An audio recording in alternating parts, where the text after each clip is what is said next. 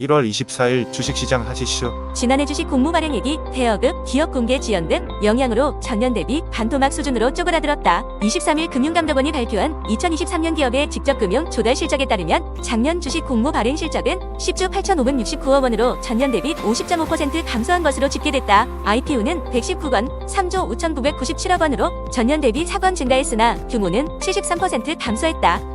대여급 기업의 상장 일정 지연으로 건당 평균 공모 규모가 전년 대비 급감한 영향으로 풀이된다. 시장별로는 코스피가 5건 9,962억 원, 코스닥은 114건 2조 6,035억 원이 각각 발행됐다. 유상증자는 65건 7조 2,572억 원으로 같은 기간 6건 증가했으나 규모는 15.5% 감소했다.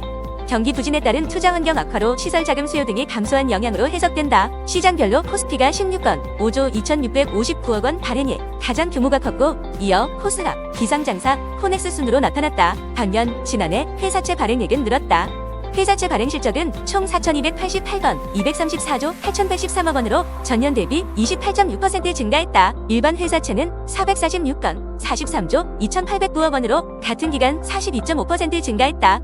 러시아 우크라이나 전쟁 장기화와 인플레이션 등 대내외 불안 요인들로 투자자들의 위험 회피 성향이 강해지면서 AA 등급 이상 우량물의 비중이 늘었다. 금융채는 2,810건 174조 1,280억 원으로 전년 대비 26% 늘었다. 고금리 예금 상품 만기 도래, 대출 수요 증가 등으로 은행채 발행이 크게 증가한 영향이다. 지난해 말 기준 전체 회사채 잔액은 641조 3,262억 원으로 전년 대비 2.9% 증가했다. 한편 지난해 기업어음악 단기사채 발행액은 1,263조 9,849억 원으로 전년 대비 18.5% 감소했다. 회사채 발행 여건이 다소 개선되면서 단기 조달 수요가 상대적으로 감소한 영향으로 풀이된다. 중화케미들이 경기 침체와 미중 갈등 격화로 맥을 못 추고 있는 중국 본토 주식시장에서 빠르게 이탈하고 있는 것으로 나타났다. 증시 전문가들은 중국 증시의 부진이 한동안 이어질 가능성이 큰 만큼 자금을 미국, 일본 증시 등 다른 곳으로 돌리는 국내 투자자들이 더 늘어날 것이라고 전망했다. 24일 한국개탁결제원에 따르면 국내 투자자들이 홍콩을 통해 중국 상하이 선전증권거래소에 투자한 주식 보관액은 지난해 12월 말 9억 7,279만 달러에서 이달 22일 9억 177만 달러로 7,102만 달러 감소했다. 1년 전인 지난해 1월 말 16억 8,388만 달러와 비교하면 1년 사이 7억 8,211만 달러나 급감했다. 2년 전인 2022년 1월 19억 6,724만 달러에 비하면 절반에도 못 미치는 수준이다. 특히 올해 국내 투자자들의 중국 주식 보관액 감소는 단순히 주가 하락에 따른 평가액 저하에서만 비롯된 게 아닌 것으로 풀이된다. 예탁원에 따르면 개인 투자자들은 올 들어 22일까지 중국 본토 주식을 총 852만 달러어치 순매도했다. 이미 지난달 순매도 금액인 819만 달러를 뛰어넘었다.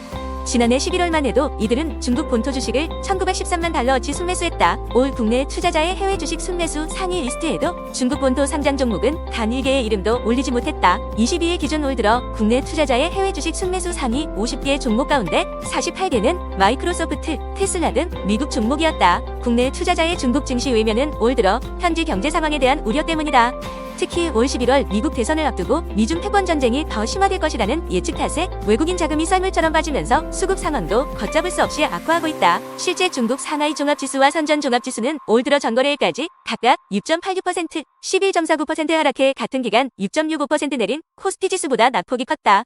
글로벌 고금리 국면에서도 올 들어 0.83%, 9.2%씩 상승한 미국 다우존스 지수, 일본 니케이 지수와는 비교조차 힘들다. 상하이 종합지수는 22일 하루에만 2.68% 떨어지기도 했다.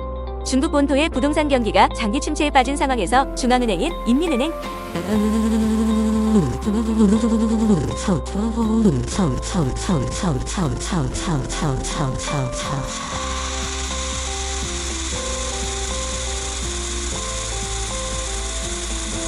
사실상 기준금리 역할을 하는 1년물 대출 우대 금리를 연 3.45%에 동결하기로 한 영향이다. 중국 대표 벤치마크 지수인 CSI 300 지수도 같은 날 3,218.90포인트까지 내려 코로나19 발생 직전인 2019년 1월 31일 이후 5년 만에 가장 낮은 수준에 도달했다. 중국 상황이 녹록지 않자 미래에셋 자산운용의 미국 계열사 글로벌에스는 최근 뉴욕 증시에 상장한 중국 관련 상장 지수펀드 10개를 대거 청산했다. 10개 종목의 순자산 운용 규모만 6,529만 달러에 이른다. 전문가들은 근 시일 내 증시 반등이 어렵다고 보고 투자 심리도 당분간 반전의 모멘텀을 찾기 어려울 것이라 내다봤다. 박수진 미래에셋증권연구원은 부동산 거래도 주춤하고 외국인 매도 규모도 커 중국 증시 전망은 어둡다며 시장 참여자들이 중국 당국의 경기 부양책을 기다리고 있는 상황이라는 점에서 저가 매수할 때도 아니라고 본다고 진단했다. 꿈의 배터리로 불리는 전고체 배터리 분야 소재 장비 개발에 중소기업들이 뛰어들고 있다. 스마트 광학 기업 IL사이언스는 송성근 대표와 가천대 소재 차세대 2차 전지 R&D 센터의 고재원 박사가 공동 저자로 저술한 논문이 최고 권위의 국제 학술지 카본에 등재됐다고 밝혔다. IL사이언스와 가천대 연구진은 전고체 전지를 위한 차세대 응극을 개발 중이며 2019년부터 2023년까지는 실리콘 응극 고성 냉화 연구를 진행했다. 카본은 탄소 재료 분야 및 저차원 탄소 기반 나노 구조를 전문으로 다루는 저널이다.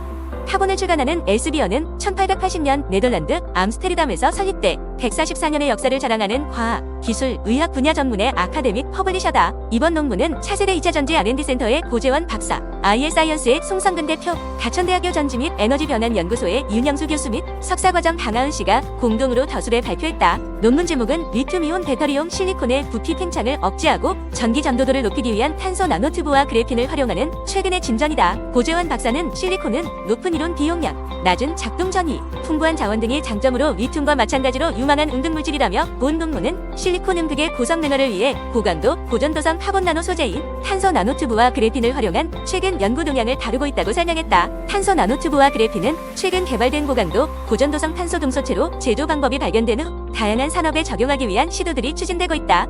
특히 리튬이온 배터리의 전극 제조 분야에서도 많은 연구들이 진행되고 있다. 이번 논문에서는 고성능, 고현정성의 실리콘 컴포지트 전극 개발을 위한 기능성 물질로서 탄소 나노튜브와 그래핀을 적용한 사례와 각 연구들의 평가 결과들을 정리했다. IL사이언스는 이 논문에서 소개된 연구들을 토대로 나노튜브와 그래핀을 활용한 실리콘 컴포지트의 상용화에 적용한다는 계획이다. IL사이언스 관계자는 리튬 2차 전지에서 가장 이상적인 응급 물질인 리튬 응급과 실리콘 응급 개발에 주력하고 있다며 이 논문에서 다른 카본 나노 소재뿐만 아니라 가천대 전지 및 에너지 변환 연구센터에서 개발 중인 고성능 이온 전도체를 활용한 고성능, 고환정성 실리콘 복합재 응극의 설계 및 제조도 산학협력을 통해 연구 중이라고 밝혔다. 국내 자산운용사가 해외 시장에 상장한 비트코인 선물 ETF도 있다. 삼성 자산운용이 홍콩 시장에 상장한 삼성 비트코인 선물 액티브 이트 펀디파인드 미래에셋 자산운용의 캐나다 ETF 운용 자회사인 호라이즌스 에터스의 베타프로 인버스 비트코인 ETF 등이다. 해외 주식 계좌가 있다면 해외 주식을 거래하는 것과 같이 비트코인 선물 ETF도 거래할 수 있다. 미국의 비트코인 현물 ETF 승인으로 비트코인 ETF에 대한 관심은 커졌지만 현물 ETF 거래가 막히면서 국내 투자자들의 자금은 선물 ETF로 쏠리고 있는 것으로 나타났다. 한국예탁결제원 증권정보 포털에 따르면 국내 투자자들은 이달 들어서만 비트코인 레버리지 선물 ETF인 EX 비트코인 스트라테지 ETF를 3,266만 달러 규모 순매수한 것으로 집계됐다. 이는 전체 미국 종목 중 36번째로 많이 순매수한 규모다. 다만 비트코인 가격을 직접 추종하고 가격 변동에 직접 노출돼 운용 보수가 낮은 현물 ETF에 비해 선물 ETF는 선물 계약을 작은 월물로 롤오버해야 하는 매매 비용에 따라 운용 보수가 상대적으로 높다는 점을 고려해야 한다. 미국에서 상장된 비트코인 현물 ETF의 운용 보수가 0.25% 수준인데 비해 대표적인 비트코인 선물 ETF인 프로시어즈 비트코인 스트래티지 ETF는 0.95%로 거의 4배에 달한다. 또 현물 ETF와 비교해 비트코인 가격과 계리율도 높을 수밖에 없다. 아울러 투자에 나서기 전 해외 상장 ETF에 대한 높은 세금도 따져봐야 한다. 해외 상장 ETF의 매매 차익에 대해서는 연 250만 원을 공제하고 초과 금액에 대해서는 22%의 양도소득세가 부과된다.